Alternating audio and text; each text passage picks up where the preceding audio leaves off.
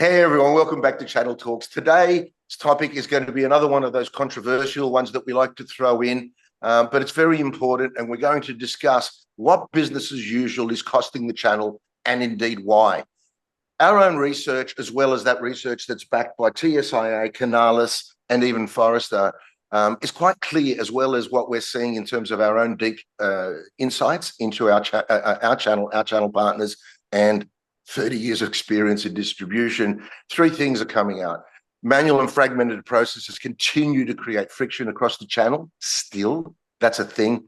Many, if not all organizations, they're still accepting this notion that it's the way that we've always done that. So this entrenched way of doing things while they try and get excited about AI and things like that and cause distractions away from that. And the third thing is that legacy tools just do not cut it when it comes to ecosystem economics and the way that the channel works at the moment. There are platforms that are available to solve these dilemmas, but the hard truth is, and I'm sorry to say that, is sales ops people and IT staff, they don't hold a bag or don't hold a sales target, so they kind of get in the way of that progress. And then my thesis, therefore, is that in today's channel economy, that mindset is actually becoming increasingly unsustainable and also not profitable. So I'm delighted today to hang out with two rock stars from Channelnomics. I'm really excited to talk to Larry Walsh, who's the CEO and Chief Analyst at Channelnomics, and also Amy Henderson, who is the VP of Client Relationships and drives that. Channelnomics, of course, for the very few of you who won't know about Channelnomics, it's, of course, the global leader in channel research, analysis, and data-backed strategic advisory. So a full description of Channelnomics and also my guests will be in the show notes. Also joined, of course, by my longtime business partner, Scott Frew, who's the founder and CEO of iasset, bringing the war stories that keep this all real. So Larry, Amy, Scott, welcome to the show today. Thank you. Thanks for having us. Be here. Yeah, very excited to have you guys here. Larry and Amy, I'm going to start with you guys.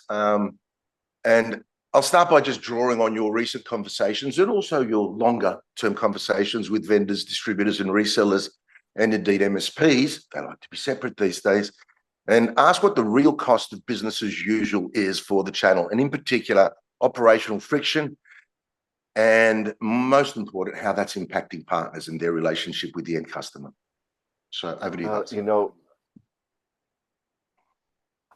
Yeah, I mean, look, I don't know if this is new. I wouldn't say that. I mean, I think that the entire idea of complacency, of that's not how we do it here, or, or we've always done it this way and it's worked. I mean, that's been true time immemorial, right? So what is becoming more apparent, though, is that there is really a cost associated with all of this. And one of the things that we find at Channelnomics is that there's too much focus on the things that we're projecting. Oh, we're going to set a discount rate at this. We're going to, your margin's going to be that. We're going to throw a rebate on this. Nobody really understands what the cost to serve is. And so if you look at it, and if you don't know what your cost to serve is, you don't know what your projections for real revenue is and what your net out of it's going to be, then how can you even justify the spend on the channel? From a partner side, though, we know this, and we've been tracking this for years. It's about 30 to 40%. If you have a high degree of friction within your program, within your go-to-market relationships, you're typically spending 30 to 40% more to get the same level of productivity out of the partners as those that have created more seamless, frictionless channel motions. Wow, that's insane. Amy, is it complacency versus distraction, or is it really complacency, or both? I think it's a little bit of both, right? I mean, I don't think most organizations have a complacency problem or even a technology problem as much as they have a compounding friction problem. So when you think about it, every manual approval, every disconnected system, every delayed rebate, every inaccurate piece of partner data, all of this creates tiny amounts of friction that, maybe 5 years ago, these insignificant processes were annoying, to say the least, but today they directly impact growth because ecosystems have become dramatically more complex. So individually, all of these things may seem insignificant, but across thousands of partners, they become millions of dollars lost in productivity. So, to what Larry was saying, when you think about, let's say, bridging the economics, the hidden cost isn't operational cost, it's actually opportunity cost when you think about it. Right. I totally agree. And that's exactly what we're seeing. Scott, I'm going to ask you because, I was blown away with what Larry said, 40% of a cost derivative upgrade or tax, if you like. You're in the weeds. You're seeing this. Did that surprise you as much as it surprised me? Not at all. Not at all. We see it every day.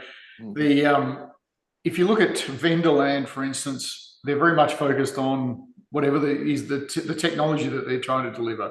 They're not focused on the channel, the delivery, the back end automation, what the channel needs as far as servicing goes. They'll get the fluffy marketing stuff right. They'll get a rebate program out, and every couple of years they'll launch a new partner program, which is the best partner program ever. But in reality, it doesn't make the channel more efficient. And until the vendors focus on how to make their channel more efficient, they won't become more efficient themselves. And compounded with that, if you look at today's economics, the world's in turmoil everywhere. There's a general lack of risk taking in the middle levels of a lot of these technology companies because everyone's scared of keeping their job because AI is coming for you and all of the other threats that are out there today. So you compound that, if you logged onto a system today and ordered a TV and it took 2 weeks to get the quote for the TV, not the TV itself, but just to get a quote for the TV, would you be happy with that? Well, apparently the channel's pretty happy with 2-week delivery of quotes right through to that end customer. We're down now to 12 seconds for some of our customers. We're reducing cost of delivery across the whole channel. But again, people are comfortable with 2-week delivery time. I don't think that's great. No, actually, Scott, I'm sorry, I'm going to jump in on this because I'm going to disagree with you. I don't think anybody's really happy with 2 weeks on quoting. We just released a study on this, and 74% of the partners told us that they have lost sales because of slow quoting. Absolutely. 39% of the partners have lost 10% of their sales opportunities because they couldn't get a quote fast enough. And those quoting cycles, you say 2 weeks, it can be as much as 3 to 5 weeks. I know, I was being conservative, Larry. Yeah. But I'm just saying, put a lot of, put it in perspective though. Exactly what you just said. You go to order a television, it's a click, and it's to you in 2 days, at the most, right? Yep. But if you're out there doing this, mind you, when we're building infrastructure and technology, it's complex. It does take a bit of work that goes into it, but the customer has an expectation that we know what we're doing. And so therefore we should be able to respond faster. Absolutely. And to clarify that, Larry, I was talking about the vendors. I didn't say the channel was happy with 2 weeks. Oh yeah, okay, yeah, that's true. No, the channel is clearly not. But I'll just follow up with this.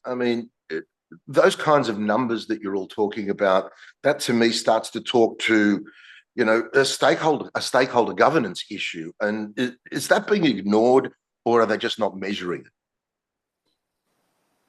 Who wants to take that? I can take it. They're not measuring it. Simply. Okay. Yeah. Well, so Nick, we have a hierarchy of KPIs. Mm-hmm. When we're advising vendors on, okay, they're always asking, well, what's important? How do we report this? How do we surface this for others to see? And we say, okay, look, there's 3 tiers in our hierarchy. There's imperatives. Those are the things that your stakeholders, your boards, your C-level people, that's what they care about. And so you need to direct your efforts around answering their questions. The next layer down is what we call adjacencies. Mm-hmm. These are metrics that you use to create your imperatives. It's not what your stakeholders care about, but they're the things you track so you can make those reports. The last layer down is what we call field facts. And field facts are the things that people measure that have no value, but they make you feel good. And so, and oftentimes when you talk about, the difference between complacency or distractions, people gravitate to the things that they find interesting and easy. And too often that falls into the field facts bucket. Yeah, the easy thing. Look, I was going to ask this question later, but the flow of what you're telling me, it makes me want to do it now. It's one of my pet subjects or pet peeves, if you want. And that's just exploring the idea of growing costs, even though you know about them, and many of your customers probably tell them about the numbers.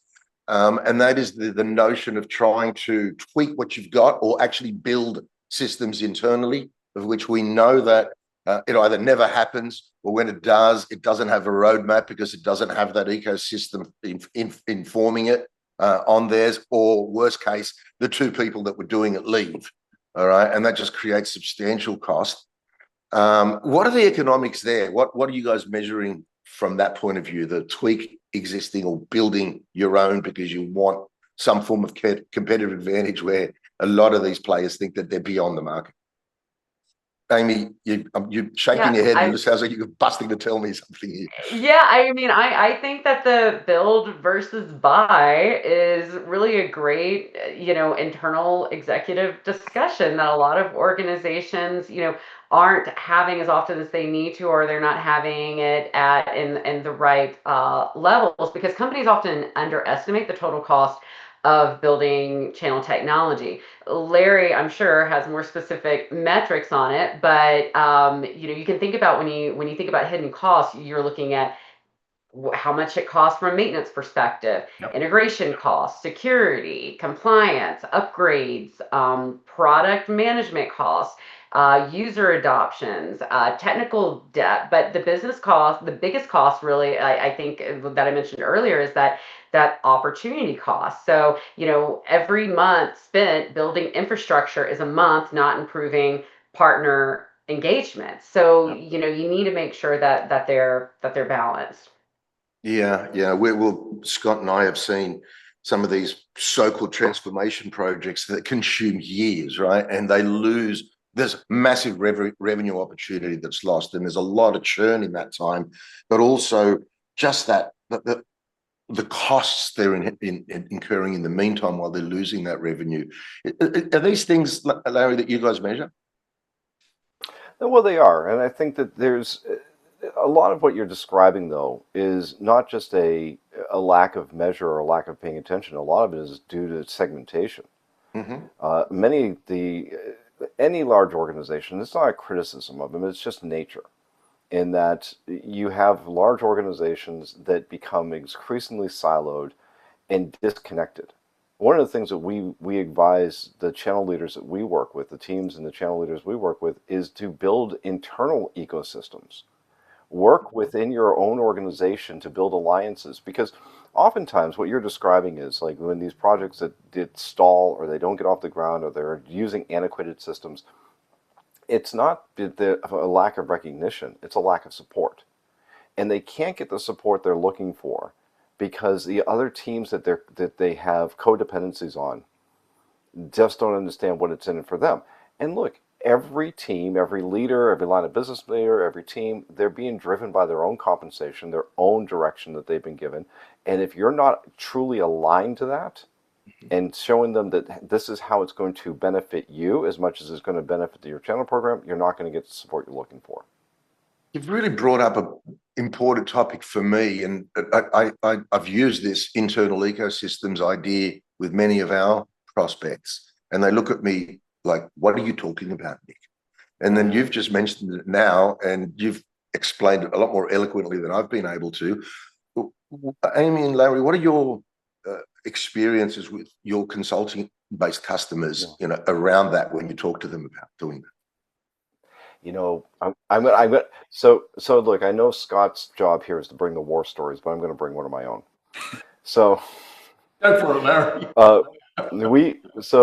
Look, part of our jobs, we do a lot of research on behalf of our clients, and we're working with one very large company, global company, everybody would recognize, and we did a bit of research for them, and then a month or two went by, and another division called us up and said, we'd like you to do this research. We said, yes, we just did it for you. It's down the hall. I've worked in your building. All you have to do is walk 100 feet and you can get the data you're looking for. They said, no. Can you just do the research for us? They don't talk to each other. Look, I'm not turning down money like that, but it's just the way these organizations operate. Right. And so it's difficult to get around that, because as much as everyone says, I work for this company, they also view themselves as that I work for this region, I work for this team, and this is ours. And this is also, we haven't said AI. Well, we have said AI once or twice, but I'm going to bring it up, more strongly now. This is also one of the big inhibitors to the adoption of AI in any of these use cases, because a lot of these organizations just simply do not have access to the data that they need, and it's sitting in there. It's sitting, but there's we've seen this many times where the data is being hoarded and being kept away because I don't want to share it with you. This is my stuff, and causes gaps today. Don't even think about this in terms of AI, just in the ability to measure and really understand what's happening within your business and within the channel around you. So Scott, Larry and Amy are talking about something that's dear to your heart. Can you elaborate on some of the problems you're seeing in people not talking to each other as we go through discovery processes and starting again and again? Well, I think there's a couple of points I'd like to respond to. Larry's original point about getting the ecosystem going. If the average channel leader is only staying 2 years, they have to reset that communication and relationship piece every 2 years with a new person. So that's always challenging. In these large organizations, they do have data silos. And again, back to this risk and everything's coming from my job, they want to protect the silo. They don't want to share the data across the organization. And it takes a particular type of leader to actually force that through. And, you talk about war stories, one of the largest vendors, which again, everyone would know, years ago, the CEO said, get this done. And we ultimately got worn down by middle management because they saw it as a threat by connecting all the data silos together, because then management could see how the company was actually going, rather than, well, we can't actually put all this data together. To take that on to its next logical step about AI, if you don't have quality foundational data, which a lot of them don't, there are holes everywhere and they've got different names for different things, your AI is never going to work. We've got great data, and our AI still on the edge hallucinates every so often, which we beat it back into submission. But that's with great data. Just think about what happens when you've got terrible data, or it's incomplete, or it can't get access to everything. Okay. Look, I mean, obviously, it's what we're talking about is fragmented systems continue to hold organizations back as much as fragmented departments holding it back, and those two things come together. The thing that I want to start to think about for a couple of minutes is, especially when all of you are in a discovery process with a potential new customer, whether it be in consulting or whether it be in using iasset. Can we actually give the metric to customers in a polite way, where we're showing the hidden revenue leakages that are caused by inefficient process and inefficient, internal discussions? Can we do that? I mean, I think when it comes to revenue leakage, this could be a really strong point that you can make to a customer when you're thinking about whether it's your ICP or someone that you're targeting. People immediately think revenue leakage means problem with their rebates, but it doesn't. You can think about things where revenue leakage comes from, like disengaged partners. Partners choosing competitors over you, slower deal cycles, and a lot of slower deal cycles as a result of friction. We all know that. Poor enablement uptake, MDF policies or programs that have been abandoned, inaccurate incentives, channel conflict. I should probably put that at the top. And lastly, partners simply deciding that it isn't worth investing further in that vendor relationship, right? I mean, vendors, in their perspective, think that they invest a lot of money in their channel partners, but the channel partners themselves don't really see a return on that investment. So they don't understand why they need to invest further with that vendor partner if they're not seeing that. So very little revenue leakage appears on a balance sheet. It shows up as opportunities that never happen. So I think that's a much stronger executive message that you can have at the vendor level. Yeah, and when you mentioned opportunity cost, that's the first thing I thought of, vendor leakage, revenue leakage. That's the first thing that came to mind. Scott, you're a bit of a bulldozer when you come to that part of the discovery process, and you don't hold back. And you said, we get a data package, throw it into a sandbox in discovery, and the first thing that we see is like, everyone has these ridiculous idea that, I've got renewals, for example. I've got a renewal rate of 90%. No, you've got 90% of what you know about.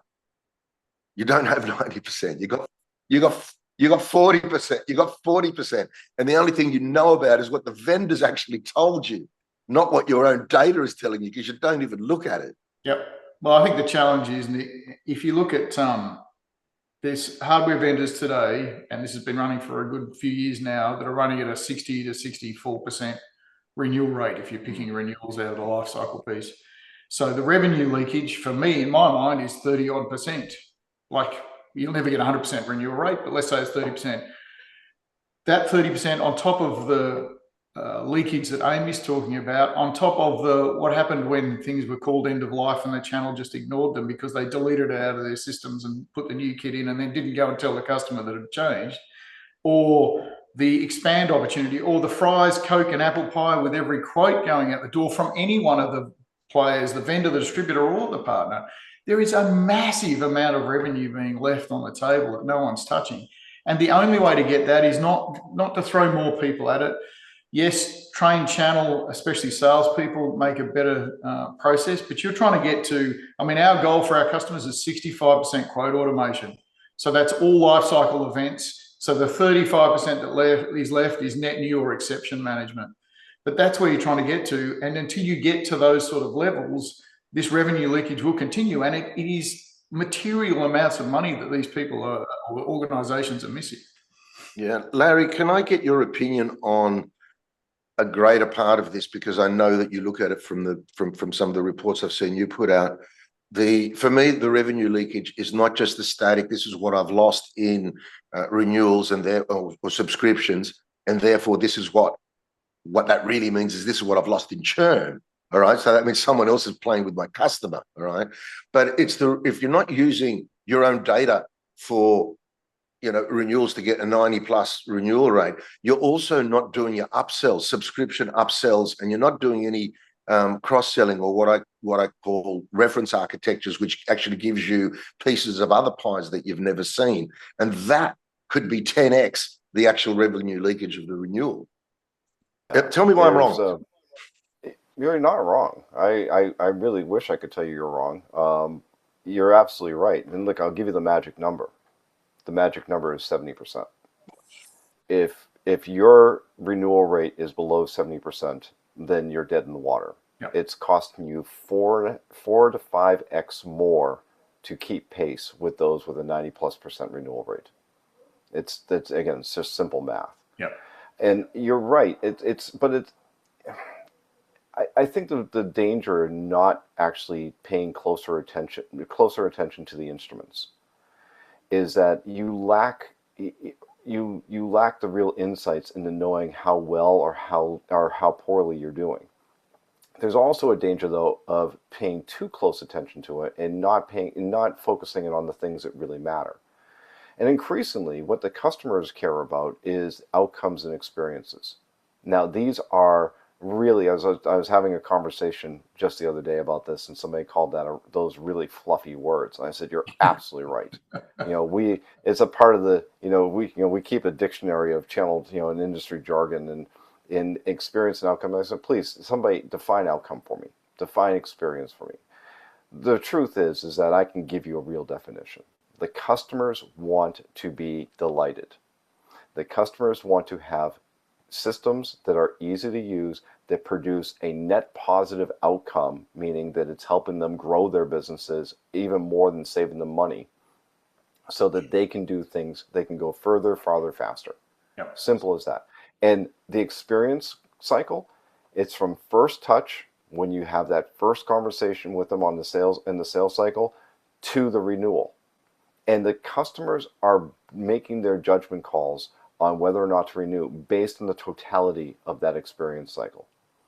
And if you're not paying attention to, support tickets, you're not measuring the number, you're not measuring license activations, you're not measuring utilization rates, you're not talking with the partners about the issues that they're dealing with, then guess what? You're putting your renewals at risk.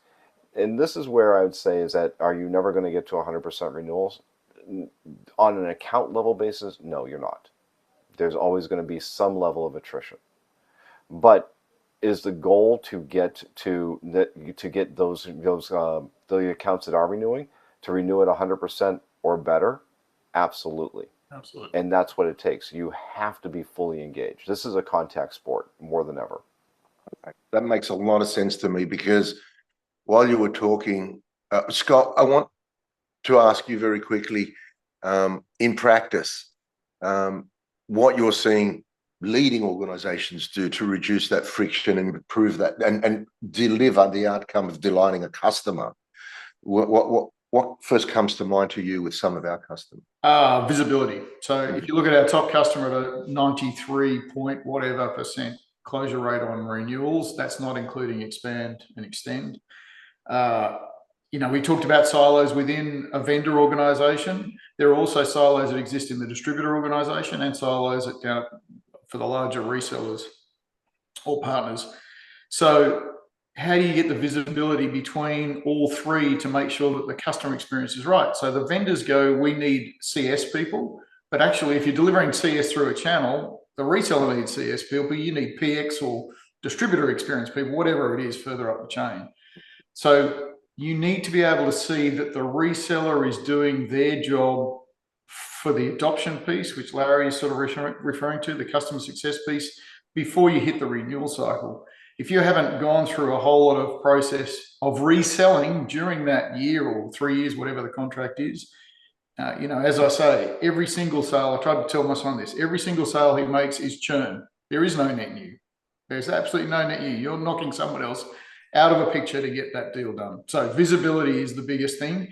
And the people that are running at 94s, they don't leave it. So if the reseller relationship breaks down or the distributor relationship breaks down for whatever reason, personalities leave, I don't deal with that IT guy anymore, the IT doesn't deal with that reseller, it's looping that data back to the vendor so they can reach out to the end customer and say, okay, you're not dealing with them anymore. Or as our AI picked up with one customer, they've gone bankrupt, so you can't buy it from them anyway.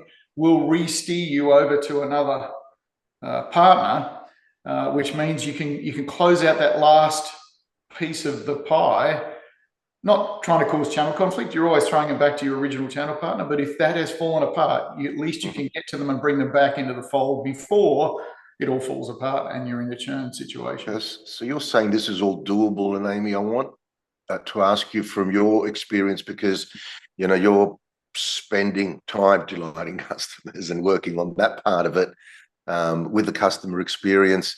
We've spoken about operational efficiencies and operational excellence as a significant cost reduction mainly, but I'm hearing from all of you that operational excellence can be a driver of competitive advantage for the channel and delivering competitive advantage. How does that statement sit with you and what you're seeing? Yeah, I mean, I think this is probably the strongest strategic point when it comes to operational excellence as a competitive advantage, because right now, when you think about it today, if you look at a vendor and their industry peers, the products are increasingly similar. The pricing is increasingly similar. What partners remember is how easy or difficult it is to work with that particular vendor. So when you think about operational excellence, obviously it means faster, simpler, more transparent, more predictable. And partners reward that with mind share, pipeline, and loyalty. So, we always say here at Channelnomics that partners tend to gravitate towards vendors that are easy to do business with, even if they make less margin or profitability with that vendor, they're going to work with them more because they can increase volume. So, those that are gonna win here, complexity isn't going away. We know that. So the folks that are going to win aren't going to be the ones that eliminate complexity. They're going to be the ones that manage it faster and easier and make it simpler for that partner to do business with. And to give that some reality, the vendors that push a portal out where everyone has to come to the portal to get a quote out the door versus someone who delivers the information to the internal systems of the reseller so that the rep only has to do with one system means the rep will close more deals just by nature of the fact they've got less work to do rather than I've got 30 portals to log into plus my own just to get a quote out the door. Yeah, Larry, I'm going to ask you if I'm wrong again on this one, because while I was listening to all that, I just couldn't help thinking. I'm hearing this word autonomous at the moment, right? And a lot of partners, what I mean by partners, anyone who has a transactional relationship with an end customer to deliver some kind of delight or outcome around IT products, they're positioning themselves as autonomous because they don't want to be held to hostage by any vendor or any distributor that isn't giving them the opportunity for a competitive advantage. Will they? I think they're going to stay autonomous, even though 10 years ago, you wouldn't even think that a partner would do that because they were sowing, like just in the weeds with vendors. Is it going to be more or less of that? I've been advocating that for years. Okay. I tell partners, I've been telling partners for the better part of my time in the channel, is that the more independent you are of your vendors, the more valuable you'll become to them. Absolutely. And it's because, like, and we tell the vendors this as well, that partner profitability is not their job. It's not their responsibility. Their job is to create the conditions to where the partners have an opportunity to make sales and make money. Full stop. That's it. And if they're not doing that, then that's where they're falling down, and they'll find much harder challenges. The partners that are more independent of the vendors, they typically develop their own profit stack, so their own profit models that make them, that allow them to actually do the things that the vendors want them to do. Yeah. And you're right, they don't want to be beholden to it, and there's a good reason for that. There's a number of partner programs and vendors that we've been called into to work with, and they typically fall into two categories: those that are playing offense and those that are playing defense. And too many vendors are playing defense. And what do I mean by that? Is that they set up rules and conditions that constrain the partner's ability to execute. And why do they do that? Because they are terrified that a partner might actually make a little bit of money more than they think that they're worth. Rather than looking at the outcome. Oh my God, the partner made this much money on this sale. Okay, yes they did. Did you get the sale? Correct. Did you want that customer? Yes, we did. Then that's what it cost. Look at the outcomes. Look at what the objective is and the outcomes is, and build around that. And I think that that's really the advice we give a lot of companies. Is not to say you shouldn't have guardrails. You absolutely do. You need to have policies. You need to do the things like controlling leakage. You need to make sure that you're not being victimized by fraud and abuse. And yes, partners do that as well. But if you make things so tight where nobody can breathe, as Amy said, they're going to go somewhere where they can. Absolutely. And they're either going to partner with vendors that will help them with that, or they're going to do it on their own. But is the partner then responsible for their own cost-effective strategy execution to bring on new partners, or is there a reliance on the vendor or distributor to help them do that? Look, we all play a role in this. I mean, the vendors have a role in this, and if you're talking about how do you effectuate connections within the broader ecosystem? And I haven't said it yet, so I'm going to say it. I hate the word ecosystem, but I said it. Okay, it's just networks, right? And we've been doing this forever. I don't care what anyone says. This is not a new discovery. Yeah. But yes, the vendors do play a role because they can vet their alliance partners. Who do they integrate with? Who do they develop with? And who do they endorse? Distributors. They are the natural aggregation points because they are the ones. If you look at some of the larger distributors around the world, they don't work with a couple of dozen vendors. They work with hundreds, And so yes, they are the place where all of this can come together and have those connections orchestrated more seamlessly. And yes, the partners also have a role in this as well. They can pick and choose the vendors that they want to work with. And they absolutely should be doing that type of due diligence on a continuous basis. Okay, so what I want to do now then is we've spoken about a lot of concepts. And by the way, this Channel Talks is going to follow a very similar pattern to what we've done recently, and it's worked really well. Scott and I will be guests on Channelnomics Network Effect podcast, which starts straight after this. And a lot of these things are actually going to be covered there. So it's going to be fantastic putting those two together. But I will conclude the way I always do and ask all of you for, based on, with a lens of everything we've spoken about, and also the execution of fixing these ridiculous notions and also significant opportunities that we've been discussing, your recommendations, your key recommendations and proven recommendations in my audience being able to drive sustainable growth and scalable growth in this increasingly complex channel economy.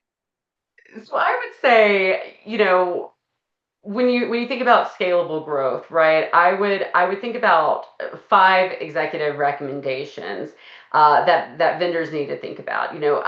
Measure economics, not activity, right? Don't measure your portal logins from your partners or how many certifications they have or registrations they have. Instead, measure partner profitability, economic equity, return on investment. Secondly, remove friction before adding programs, right? So don't just keep adding incentives, fix the experience, right? Third, I would say listen to your partners, listen continuously. There are so many folks, when I say folks, I mean vendors, that might ask partners once or twice a year under a partner advisory board. Don't just do that. Ask them continuously, measure sentiment constantly. And then 4, invest where economics work. Double down on partners and programs creating mutual value. And then 5, think about ecosystem, sorry, Larry, and not transactions, right? So the best organizations optimize relationships rather than individual deals. Love it. Love it. That's awesome. Thank you. Scott? Connect the silos, continuously cleanse the data, and automate the drudgery. Larry, over to you. Take us away. Well, look, this is, at the end of the day, this is all about the relationship and the value. So Amy touched on it, and it really is about establishing equity. You have to be able to look at a partnership. And this is something I've railed against for a long time. The vendors call these companies, whether they're resellers or MSPs or integrators, it doesn't matter what they are, they will say they're our partners. Well, partners implies that there is an equal exchange of value. You do one thing, I get something else. The channel is built on a system of gives and gets. I give you something, I'll get something in return. But the vendors have a superior position in that equation, and they do that by design. And if they really want to engage the partners well, they really want to get their attention, they really want to get their investment, because every time you ask a partner to do something, you're asking them to make a commitment and investment, then there has to be an equitable exchange in value. And that requires rethinking the economics of the channel. Yeah, no, that's gold. That's gold. I mean, this has been exciting. Thank you very much, guys, because it's been probably the most economically practical show we've done. And given that we're talking to Channelnomics, it should be. And what I mean by that, real actionable information that you can actually get on and do things.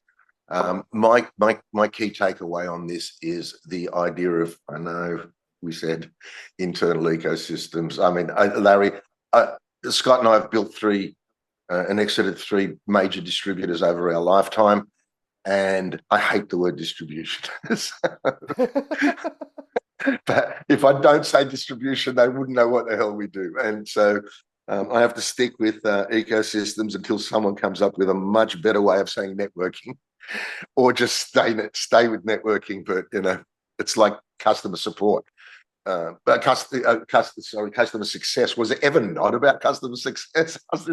How's this a new notion? But we're going to thank you so much, guys, and I really hope my listeners are going to take every bit of word that was shared here. We're going to move over to the Network Effects podcast. Very excited about that. Very excited about it. Sit back into the interviewee rather than interviewer role, which I've come from, and very. So we'll see you on Network Effects. Thanks, guys. Thanks so much. Cheers. Thank you for having us.